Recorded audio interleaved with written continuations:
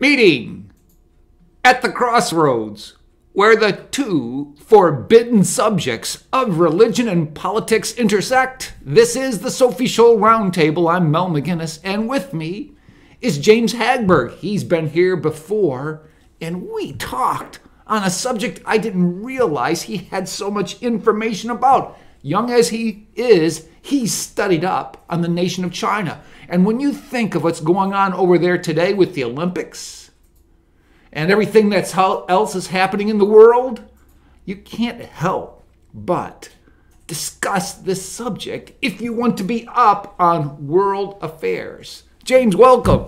Thank you for having me, Mel. Oh, James, here, yeah. It's great to have you. And I can't help but think of this subject because of the Beijing Olympics. And for me, I haven't watched them. Well, neither have I. Personally, I don't support our being there. Mm-hmm. Personally, I would be within the camp of I was supportive of the initiative to boycott the Olympics, specifically for China's human rights violations, which going into this, I was doing a little more research about that, and it's really disheartening because not only the scope is really, we don't actually know. Like, just everything that's going on is, we know a very small section of just the surface. And it's really, because when you're learning about like the Soviet Union, the gulags, right. Gulags, concentration camps of the Nazis, we had no idea until the collapse of said regimes, and we were able to study them. So the atrocities and the human rights violations, what we hear about now, is only the surface.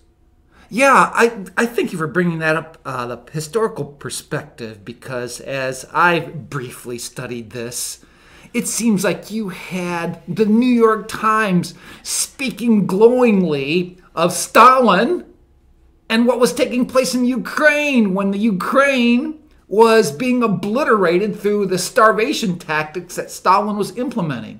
And then, too, the whole aspect of what was happening in those concentration camps, we really didn't know until the tail end of the war when the soldiers of the Allied forces came upon those concentration camps and discovered the horrors of what was going on.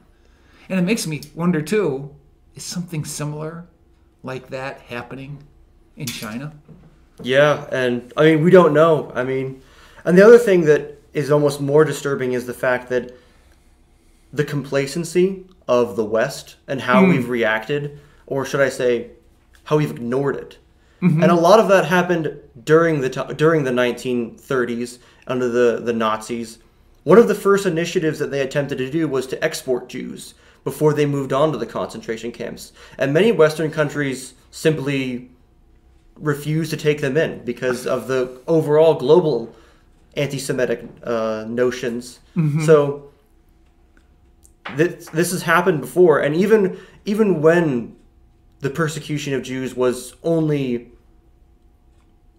the extent was fairly limited to what we knew, even then many of the Western countries simply had no interest in getting involved. Mm-hmm. And now we know far more about what has been going on with the Uyghurs and other minorities of Christians, and the West is still completely complacent and continues to support China financially.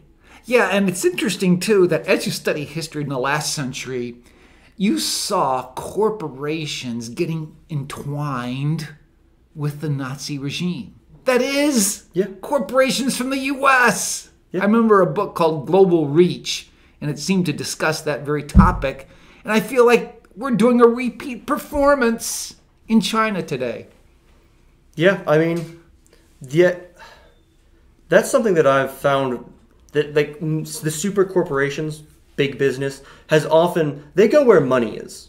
They're not interested in any kind of moral dilemmas that may come from using the effectively slave labor that China can offer, and they had no qualms with dealing with the Nazis when they offered the best price, or the Italians.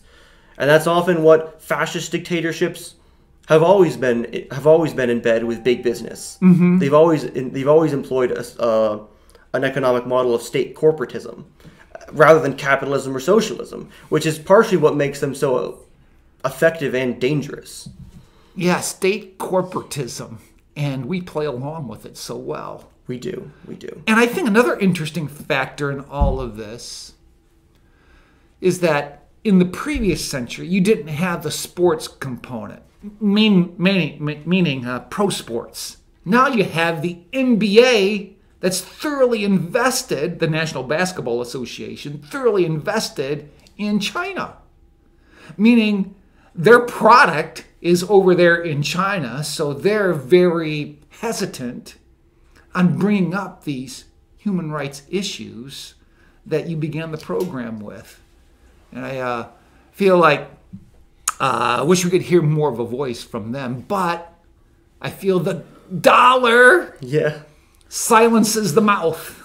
Yeah, and it's not just sports. The entertainment industry has long been linked, especially recently in the last decade, has been growing. The growing market that China offers has been such an incentive to the West that more often than not, they've begun to move towards away from any kind of Western values, more towards, and it kind of happens in capitalism, because when you give a corporation which its sole purpose is to make money and to expand, and you have such a massive market as China that's continuing to expand every day, it's in an objective viewpoint, it makes perfect sense why they would be willing to put aside any obligations they would have with working with the Chinese when they continue to make money and continue to make money in the United States and Europe. We haven't done anything against them. Hollywood, NBA, any of these other places. There are some people that will boycott these institutions, but in general, we have yet to do anything about it. We have no problem with them. Have you ever thought if you had a suggestion or a policy item that the corporations could do, our government could do, have you thought of something to deal with this situation in China? Well, that's actually really hard because another thing that when you look at China's economy, the reason, and this is really, in my opinion, what is the most worrying thing about China and the CCP is that the Chinese communists are nothing like the old communist regimes of the Soviet Union, Vietnam, Cambodia, Laos, Cuba. And I think the reason that is because the Chinese were the first and thus far the only socialists and only communists to wake up. They were the ones that saw where it was heading. And after the death of Mao, they began to open up their economy to corporations, not small businesses necessarily, not a truly free market, but they saw that the state-run economy was open to too much corruption. And they were the first to wake up and avoid, because something interesting, the West has been predicting the collapse of the Chinese economy for the last 60 years. You can go back and you can see articles as pretty much as long as the Chinese communists have been in power, where economists and political scientists have been predicting that the Chinese communists the system will collapse in on itself within the next 3 or 4 years. They won't last very long. And for a time, a lot of people thought that was the case, but they're approaching the 100th anniversary in less than about 20 years. The Chinese Communist Party will have been in power for over 100 years, and they have seen now growth has slowed, but in comparison to the other old Soviet power, I think that's the most worrying thing that a lot of people don't seem to see, is that China's not going anywhere unless the West does something about that. But so my point is that the Chinese were able to revolutionize their economy so well was because they opened up their economy. Unlike the Soviet Union, whose economy was effectively that of an imperial system, where the great wealth of the Soviet Union at its height was mostly through the vast amount of land they controlled, their large population, and the dozens of satellite nations their only source was to feed into the Soviet Union. Because that's how an empire works. It goes out, it conquers other peoples, other groups, and they all support it. And that's how the Soviet Union was able to compete with the United States for so long. The Chinese realized that that's not a very effective system in the long term. And so they were able to industrialize through opening up their economy and bringing over revenue and jobs and manufacturing from the West. For so long we all talk about jobs going overseas. The vast majority of them have gone to China. Yeah. And I think another component in this, as you talk about the business arrangements that were made over there, I keep hearing more about China taking control over here, wanting to purchase land. I thought I heard a story just today where they wanted to buy swaths of land in the Midwest, which eventually could control the food supply. To me, we're treading on dangerous ground if we're going to play along with that. While also understanding, for big business, that would look for them to be like a great deal. Yeah, and that's another point about the Chinese communists, is the fact that the other thing they realized was that the old style of politics of force, of hard force, used by the old Soviet Union, of the best thing the Soviet Union could do when they wanted to enforce their rule was to line up a bunch of tanks and a bunch of men on your border and threaten you. But that doesn't really work in an age of the modern age, because you can't do that mostly to the degree, because you'd have the West intervening unless you want a proxy war, and that very rarely ever goes well. But the Chinese communists realized of soft power, of economic influence, where if you can control the economy, if you can control money, if you can control culture, which you can do that through the economy, which the Chinese have been doing. I just read a short article where they were discussing TikTok, an app effectively developed by the Chinese nation, and how the different algorithms function within that app for the Chinese market, within the Chinese servers and the Western servers. And that something that they've been doing is that if you're using that app in China, in their servers, the algorithm will promote content of engineers and hard work, exercise, and other things that will improve society and the conditions of its people. However, in the West, and you see this all the time in the West, of the culture that it's been producing, because the algorithm has been promoting all kind of forms of degeneracy and stupid dances that do nothing for society. Right. But the algorithm promotes that, and so you're going to have an entire generation of young people who think that they can get ahead by just, doing a stupid dance to a song of a different language. And in a way, I genuinely think that was in a way planned by the Chinese, because look what it's done. Look at what I'm afraid of what's going to happen to the next generation if we continue on this path with this influence. That those are the kind of influences that the Chinese communists can use through the economy.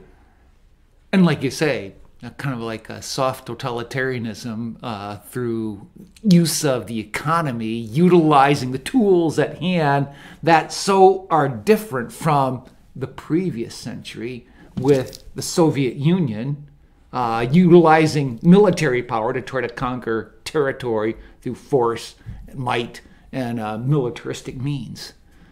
It's so interesting. I can't help it, as you're talking, what do we see on the border of Ukraine?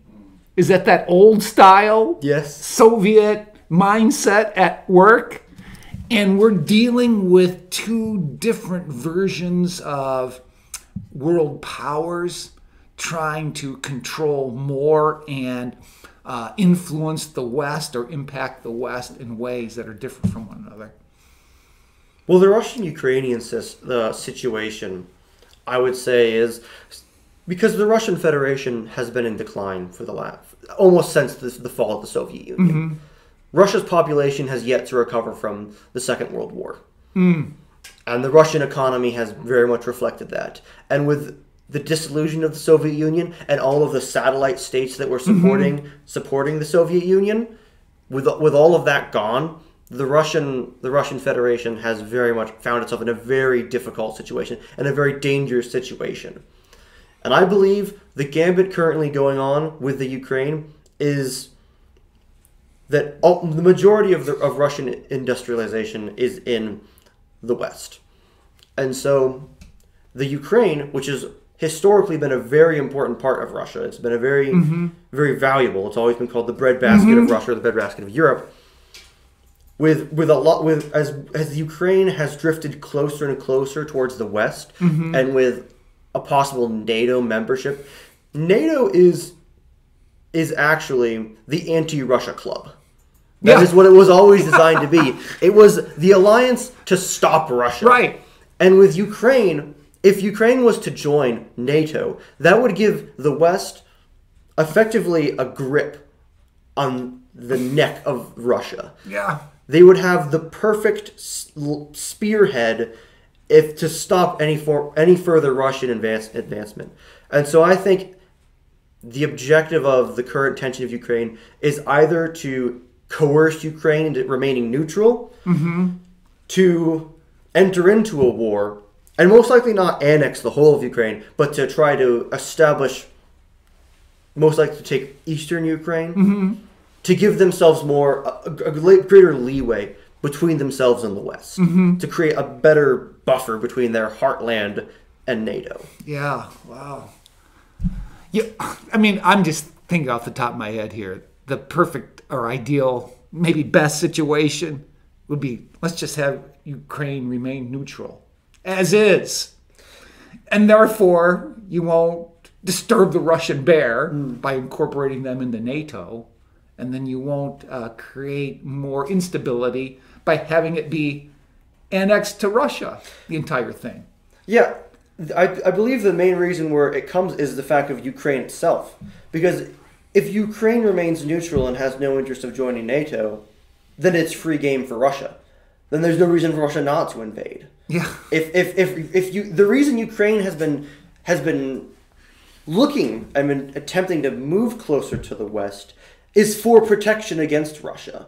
Because Russia, ever since the annexation of Crimea, has been trying to move west and to create, it's the old Soviet bloc, the Eastern Bloc, which was always the Iron Curtain, was effectively just them creating as much distance from the West as possible. So you think like Ukraine remaining neutral, that's just a pipe dream? I think it probably is, because in this, I believe in this world, more and more countries, neutrality is extremely difficult. A country cannot just declare itself neutral. The Belgians have declared themselves neutral in the outbreak of the First World War, and the Germans invaded them anyway to go around to invade France. They declared themselves neutral in the Second World War, and they were invaded anyway. A country can just say that we want to stay out of global politics, but that doesn't mean anything. If a nation wants to remain neutral, a great example is Switzerland. For a nation to remain neutral, it has to be strong. It has to be able to defend itself. And so I don't know if Ukraine has the manpower and the economic ability to defend its nation against a country like Russia. See, I don't think it does. It most likely doesn't, which is why it's been moving towards the West, which is why it wants to join NATO. It needs protection. Yeah.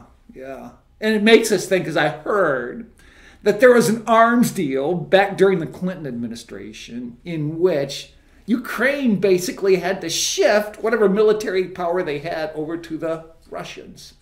And I don't remember the exact nature of that agreement, but I seem to recall that involved even nuclear weapons. So it's like it disarmed Ukraine from being able to have a formidable force against those that would want to invade it.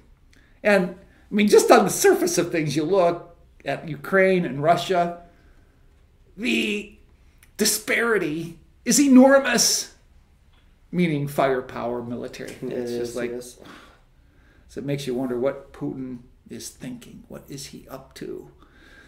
Well, like I said, it creates a dilemma for the Russians because in a perfect world, Ukraine would be able to do as they see fit, and the Russians would respect that. But again, NATO being the anti-Russia club, the prospect of such a close country joining that creates a massive problem for the Russians. And so I believe that as NATO membership for Ukraine becomes more and more likely, that it has pushed the Russians closer and closer into a position where they feel they have to act, and that's most likely coming very soon. Yeah, yeah. Well, we're going to cut it off right here, and we'll pick it up next time on the Sophie Scholl Roundtable.